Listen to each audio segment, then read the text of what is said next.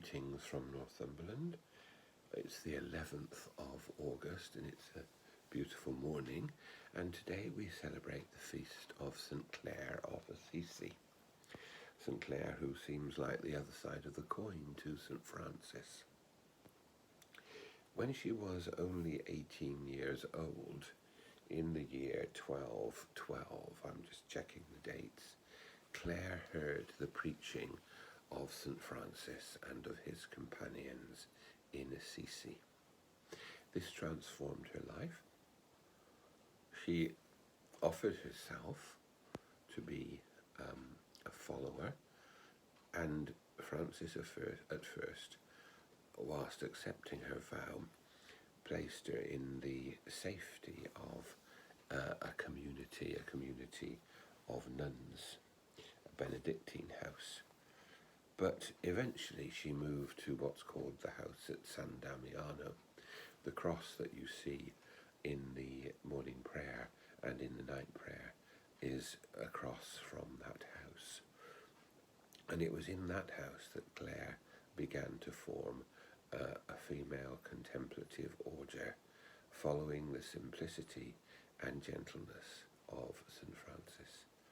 She was a revolutionary in the sense that she went against her family. She went against the teaching of the church, really, in that she sought to live a more basic and a more simple life than the church sanctioned for women communities. And above all, she was someone who devoted herself to simplicity and to prayer. That seems to me to go very well with the gospel that is set in the ordinary time of the gospel for today. And I'm just going to read a couple of verses from it so that we can reflect on them later in our prayers. The disciples said to Jesus, "Who is the greatest in the kingdom of heaven?" He set a little child in front of them and said, "I tell you solemnly, unless you change and become like little children, you will never enter the kingdom of heaven. And so the one who makes himself as little as this child will be great in the kingdom of heaven." And so it goes on. Jesus is not calling us to be childish. He is calling us to be childlike.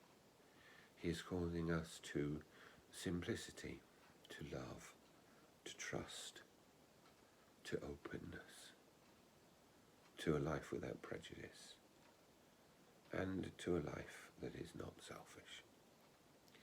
I think that's important in our age.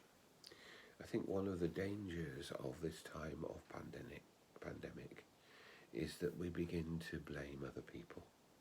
It's the way these people live, it's what these people do that caused the pandemic, rather than taking responsibility and sometimes calling to account those who take the wrong decisions.